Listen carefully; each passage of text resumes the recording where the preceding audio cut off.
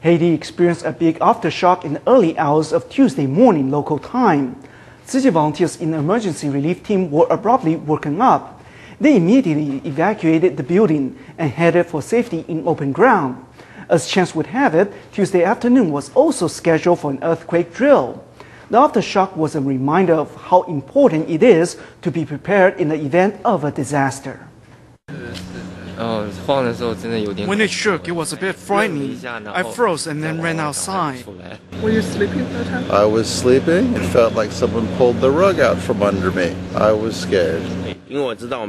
I know we were lucky, so we want to keep going. When a 7.4 magnitude aftershock struck Haiti on February 23rd at 1:26 in the morning, it woke up sleeping volunteers in the Tzu relief team. Everyone evacuated the building to seek safety in open ground. The aftershock was a very real quake drill. On the afternoon of the same day, the team members and medical professionals, along with workers at the OECC company where Tzu is based, carried out another practice. People who faint when the quake strikes are taken for emergency treatment.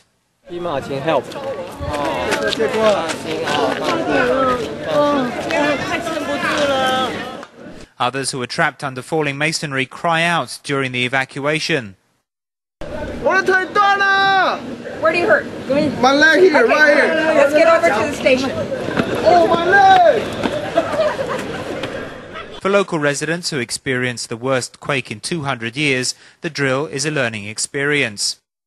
Most of them don't know how to react to such situation. If, for example, they were inside the building, they should go out.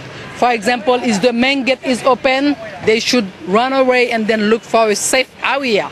So that's the reason why they want to have more information. Being prepared can head off disaster. In Haiti, the relief team volunteers also have to remind themselves to protect their own safety. In time of crisis, aid supplies, often in a situation of demand over supply, may lead to violent confrontations where people fight over the insufficient resources.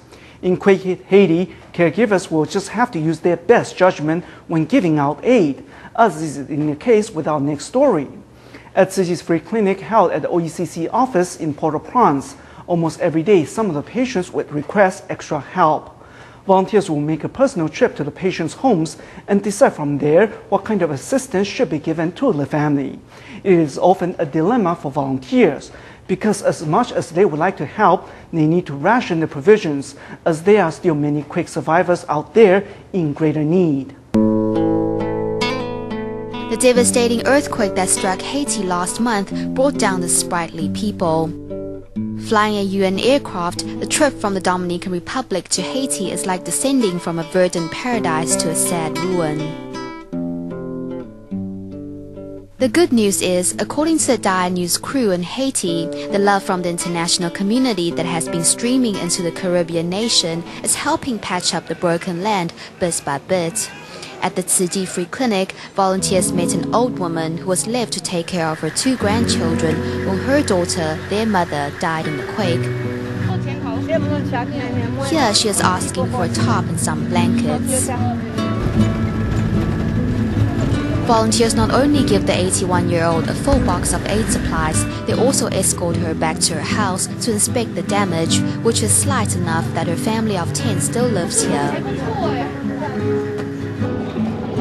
Though her life was already poor before the quake and that parts of her house have cracked in the disaster, the old woman still counts her blessings because at least she doesn't have to stay in a tent like many others. 我们进去车子里面用小袋装拿进来给他，然后就说我们知道你的状况，我们也不要跟他回应说我们要怎么样做 ，OK？ 拿到里面去，拿到里面去。 Food like cornmeal and instant rice are given to all the quake victims. Hope you guys can enjoy it. You need some vegetarian food, good for you. All right? No problem. And the pan is for your daughter or your granddaughter.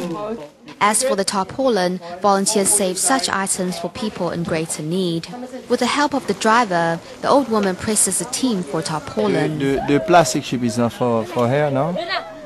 Looking at the vast clutter of damaged buildings, volunteers know that they need to act fast before this great need. There are still too many homeless survivors who need Tzu Chi's tarpaulins and blankets, especially as the rainy season approaches.